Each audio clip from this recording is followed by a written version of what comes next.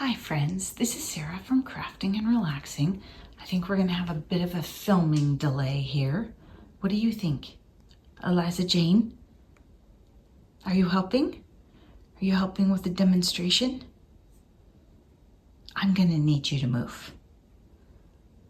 Yeah. I didn't lay those all out nicely for you. Not interested in moving? Okay, Mommy will help you move. That one likes to help with everything. Welcome. If you're new here, I'm Sarah. This is Crafting and Relaxing. Welcome to my craft room. This is Smash That Small Pad. Each month on the 30th, my friend Bourbon Creek Crafts and Stampin' Cat, we bring you what we did with our small pads. The links to my friends are down in the description. And I did something a bit crazy this month. I have quite a few Christmas small pads. My small pad stash overall is a little bit limited. Plus, I didn't make any Christmas cards on time and send out this year. Like the closest thing I have to making Christmas cards is right here. I'll show you those. So what I thought I would do is start preparing for Christmas next year. Some of my friends do 10 on the 10th. Some of them do Christmas in July. I don't know, maybe I'm gonna Christmas for months. The thing about me is when I really get my Christmas stash out, I make a huge mess. I mean, it is like Christmas exploded in here. So what I thought I would do is I would prep my small pads, and then if I get a bunch of them, then I'll pull out Christmas and I'll start doing embellishing and go nuts and pull out all of my Christmas ephemera and my Christmas junk journal and scraps and bins of things. I might do a few sentiments without getting all that out, just get out the little die cutter and watch TV. But for now, this is my plan. So let me show you what I've done. I'm gonna call this Smashed because I think I've had all the fun I'm gonna have with it. And then I'm gonna put it away just like this.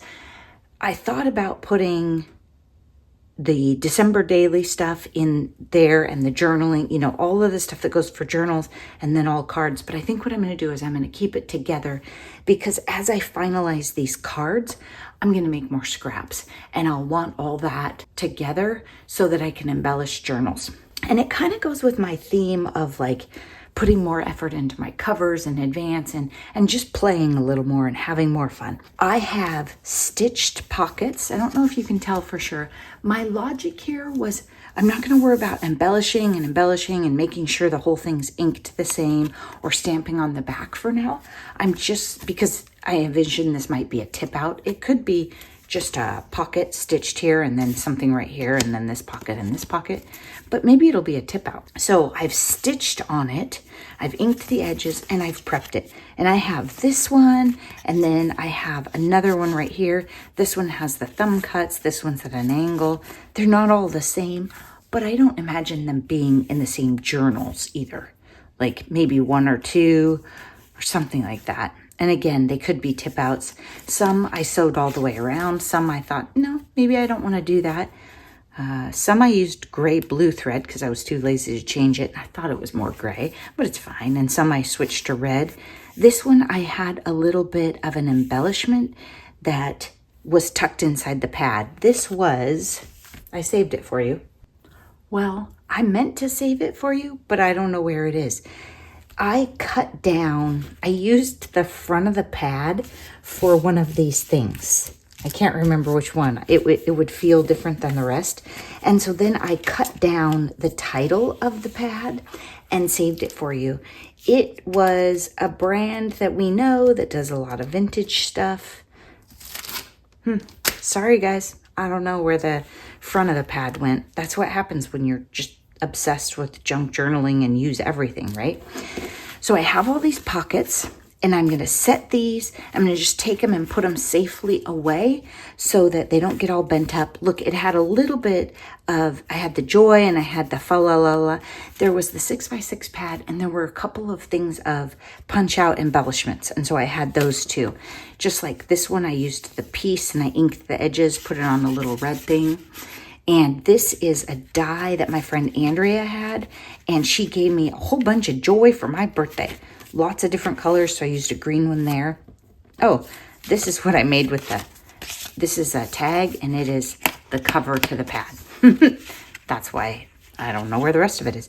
Then this is a little pocket that would go up in a corner, and it could have a tag in it, and I stitched this one, I imagine, as a page on a pocket on a journal page, and then it could have something in behind it too.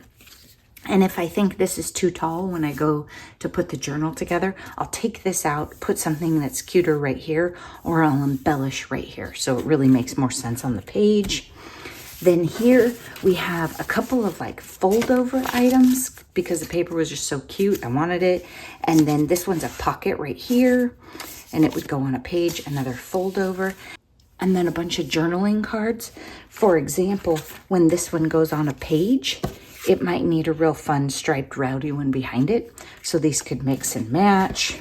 They could also be glued on a page. They don't have to be a journaling card. It could be glued right here and then a pocket behind it. But I have so many of these other ones, I probably won't use them like that. Some of these I just cut them in half and inked the edges. Some of them I got out the sewing machine. This was ephemera from that thing. This was a little tiny scrap, and this one zigzag. So I just put different stitching on them and played with them so that when I get them out and want to build something really fast, they're ready to go. They're all set. Now I do have a few more pieces of paper. These I don't have any big excitement for. No reason specifically to set them aside, except if I go to make a journal, I could fold this at 4 inches, and this could be a page in my journal. And then I could build on it with a different size page. So there's options here. And then these I specifically put in this bag and put sentiments on them, because when I go to put these cards that I'm about to show you together, very often I want a layer to die cut on. If I'm gonna do a 2-layer, or maybe I want a little something. And so what I did here was I put my patterns that I would like to have the back layer for die cutting. This one is only 2 tones. This one, the stripe, even though they're usually wild, I always like them when I use them in a layer. So that's what I did with those. Now on these, I did a couple different types of cards, different size ovals, a scrap one, some more scrappy, some triangles where I remembered to ink the edges, and then I have 1 layer here, but maybe not the one that the sentiment will go on. And same idea, not perfect triangles, but I cut a background and cut it at a third.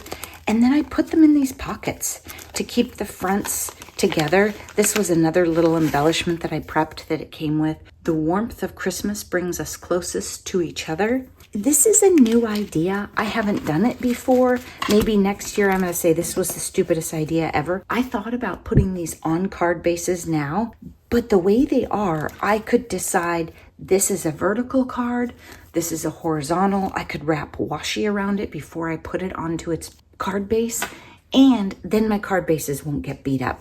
So I decided I'm not even going to make them now and store them. I'm just going to wait because that part is easy. So essentially I have nice, interesting card bases all ready to make. And then I have some scraps to work with here and a whole bunch of journal ephemera.